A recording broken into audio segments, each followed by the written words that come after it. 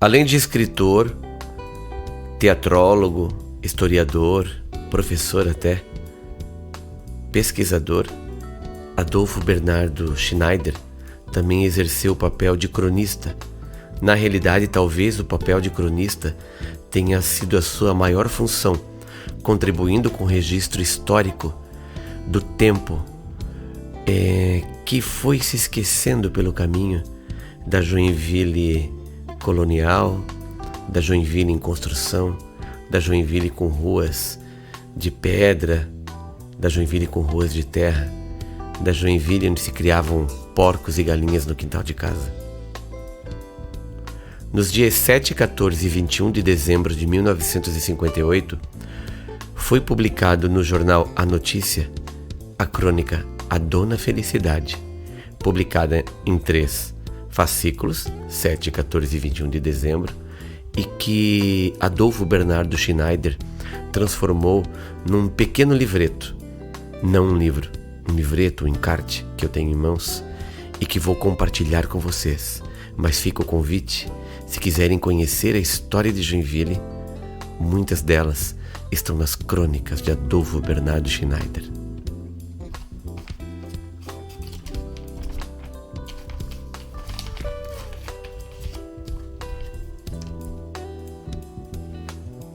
A Dona Felicidade. Quando Deus criou o homem, Ele lhe deu a faculdade de discernir o bem do mal, de diferenciar os altos dos baixos, de perceber a desgraça, mas também de sentir a felicidade. Mas o homem, cônscio de seu poder criador em todos os setores da vida, seja material ou seja espiritual, se afastou das leis de Deus e se concentrou no arrebanhamento de bens materiais, terras, casas e dinheiro, joias e luxo. E depois de conseguir tudo, o que se pode adquirir com dinheiro, olhou algo desiludido ao redor de si para reconhecer algo contrafeito, pelo menos aqueles aos quais os vícios do álcool, do fumo e diversos outros ainda mais embutaram o espírito, que se encontravam no caminho errado, que estavam equivocados. Pois, mesmo que possuíssem uma pirâmide de puro ouro, não estariam felizes. Mesmo que tivessem reunido todo o ouro do mundo num bloco só, imenso e brilhante, talvez o diabo se aproximasse deles com um acento inconfundível na pergunta: e daí? Tirariam então a conclusão que o conceito da felicidade, da verdadeira felicidade, pura, translúcida e luminosa, não está ligado nem ao ouro, nem a outro qualquer metal e ainda nem a qualquer bem material. E os ricaços, os imensamente ricos, geralmente se avizinhando dos limites do ponto divisório que há entre a hipótese e a revelação, entre a dúvida e a certeza, e que a todo custo ainda querem participar um pouco da felicidade terrena, começam a esbanjar com liberalidade inusitada o que antes haviam arrebanhado com tanto trabalho, não poucas vezes com esperteza e com avareza. Fazem doações filantrópicas, idealizam fundações que visam ao bem-estar do povo humilde. Mas não deixam de causar, em sua grande maioria, a impressão, algo penosa, de que estão procurando enganar alguém. Não se percebe bem se é ao diabo ou se é Deus.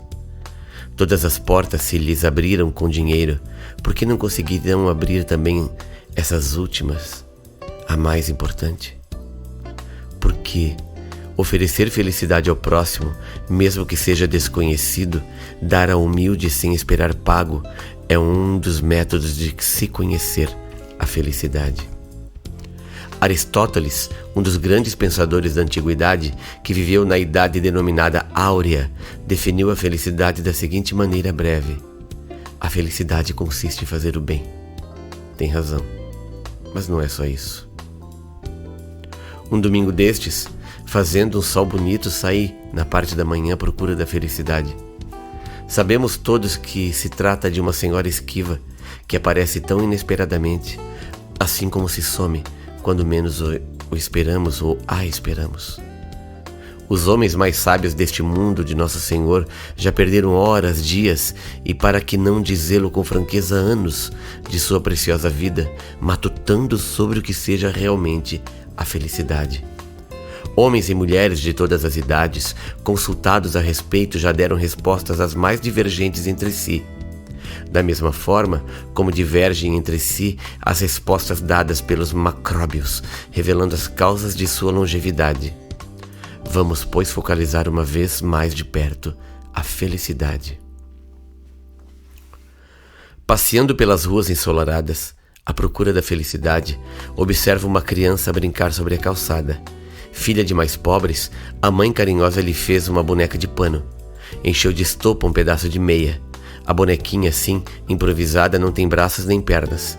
E os olhos, o nariz e a boquinha foram pintados. Não obstante, como brilham os olhos daquela criança, entretida a fazer nanã a essa coisa sem jeito, apertando de encontro ao peito aquilo que para ela é uma boneca. Como não gritaria e como não choraria essa menina se tentássemos tirar-lhe o seu brinquedo, o seu tesouro. Pois essa menina de uns 3 para 4 anos de idade, brincando despreocupada com a sua boneca de pano, é um aspecto da felicidade que procuro. Vamos, porém, continuar o nosso passeio. Vamos deixando de lado por ser hoje um dia tão bonito. Vamos fazer que não percebemos os olhos tristes daquela mocinha que talvez brigou com o namorado. Não queremos ver também o vestido preto daquela senhora, relativamente moça ainda, que vem voltando do cemitério, e nos recusamos também a escutar a voz sumida daquela velhinha que vai implorando uma esmolinha de porta em porta. Queremos ver hoje, a todo custo, a felicidade. Eis, porém, na rua um guri, que radiante vem pedalando sua bicicleta. Todos nesta cidade possuem uma bicicleta, e por que motivo não deveria ele também possuir a sua? Sempre quando se aproximava o seu aniversário, implorava a ele: "Mãe, não quero nada, só quero uma bicicleta."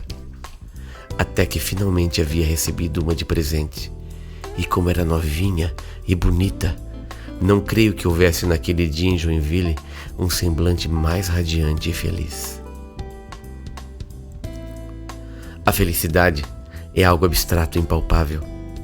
Já contávamos que somente o espírito pode sentir a felicidade. Acham-se enganados aqueles que pensam que reunir fortuna imensa, morar em casa esplendorosa, não ter deveres de espécie alguma, seja felicidade. Perguntem aos ricaços que estão nessas condições se realmente são felizes. Vivem preocupados com isso e com aquilo, principalmente com o aumento dos seus cabedais. Uma corrente filosófica afirma que feliz, realmente feliz, é quem não deseja nada. Não deseja comer nem beber, acha-se descansado e certamente com vontade de sorrir. O sorriso franco é, pois, um dos aspectos da felicidade. Pode ser feliz também apenas aquele que souber frear no momento exato os seus desejos, as suas aspirações materiais, atingindo o nível a que tem direito pela sua educação ou pela formação moral. Deve-se saber dizer: basta! A felicidade é, pois, uma manifestação da alma. É uma reação espiritual e compreende-se que somente uma alma bem formada é capaz de senti-la em toda a plenitude.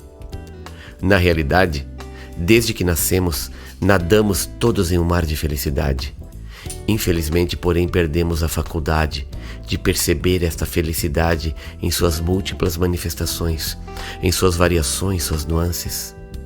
Devemos aguçar os sentidos, reservar sempre algum tempo, dia após dia, para sempre melhor perceber a felicidade. Às vezes, temos a impressão perfeitamente nítida que em determinada época de nossa vida já fomos muito felizes. Em tais momentos, nasce a saudade. Talvez sejamos felizes também neste instante. É noite de Natal.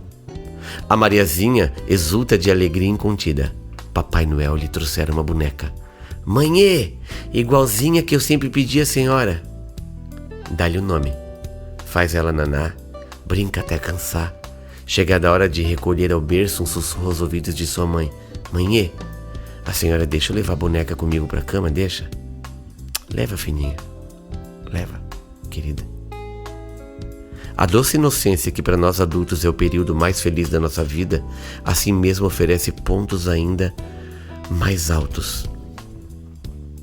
Mas nem sempre apenas o sorriso radiante significa felicidade.